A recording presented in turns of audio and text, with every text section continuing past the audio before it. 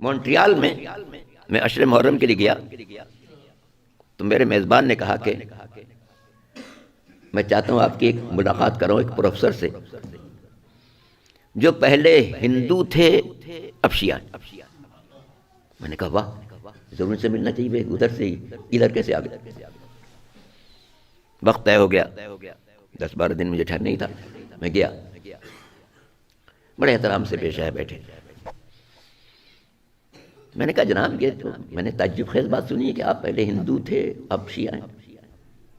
کہلے ہاں، کہلے جب میں ہندوستان میں تھا تو اپنے مذہب سے بیزار تھا، کیونکہ ہم لوگ خود بت بناتے ہیں، ان کو پوچھتے ہیں اور عجیب انداز ہے، کسی بت کے کو مرد کی شکل میں بناتے ہیں تو وہ رام جی ہو جاتے ہیں، کسی کو عورت کی شکل بنا دیتے ہیں، اچھا پینٹ کر دیتے ہیں تو وہ سیتا جی ہو جاتی ہیں، کالا پینٹ کر دیتے ہیں تو کالی مائی ہو جاتی ہیں، کسی کا انسانی پیکر بنا کے ایک سون بنا دیتے ہیں تو گنیش جی ہو جاتے ہیں، کسی کا ایک پیکر بنا کے ایک دم بنا لیتے ہیں تو یہ ہنومان جی ہو جاتے ہیں۔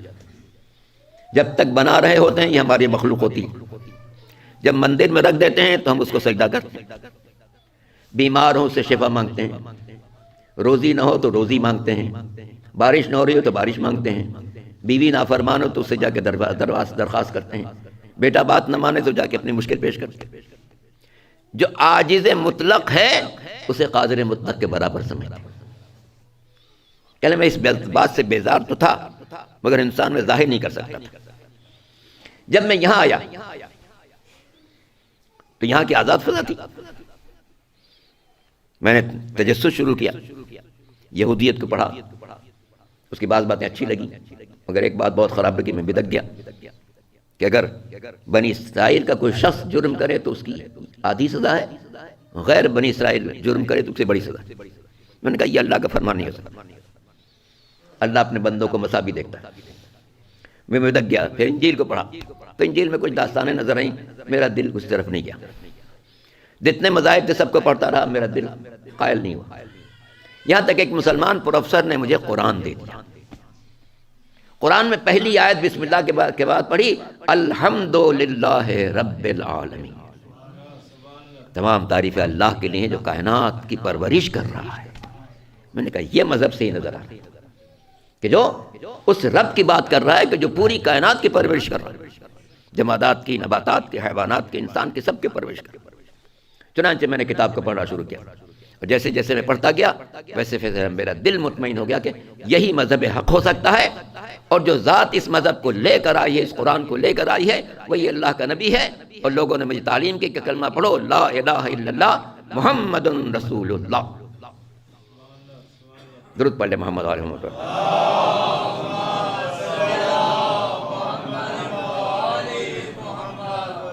میں نے کہا جناب آپ یہاں تک تو پہنچ گئے کہ آپ نے قرآن کے ذریعے سے کلمہ پڑھ لیا، مسلمان ہو گئے، ہماری طرف کیسے آئے؟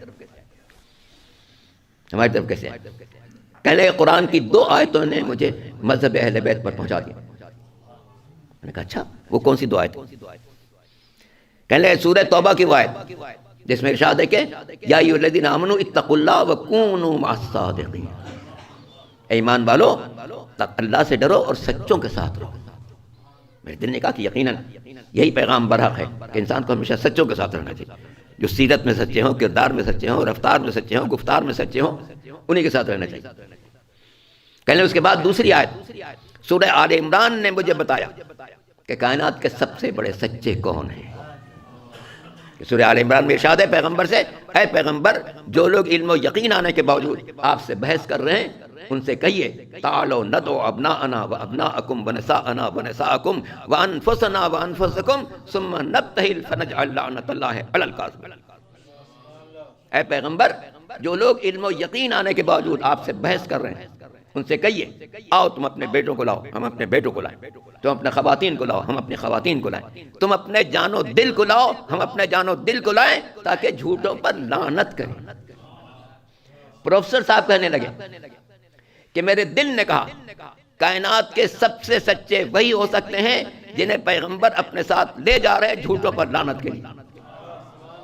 اور تمام تاریخیں متفق ہیں کہ جن لوگوں کو سرکار اپنے ساتھ لے کر چلے، علی تھے، حسن تھے، حسین تھے، فاطمہ زہرا سلام اللہ علیہ۔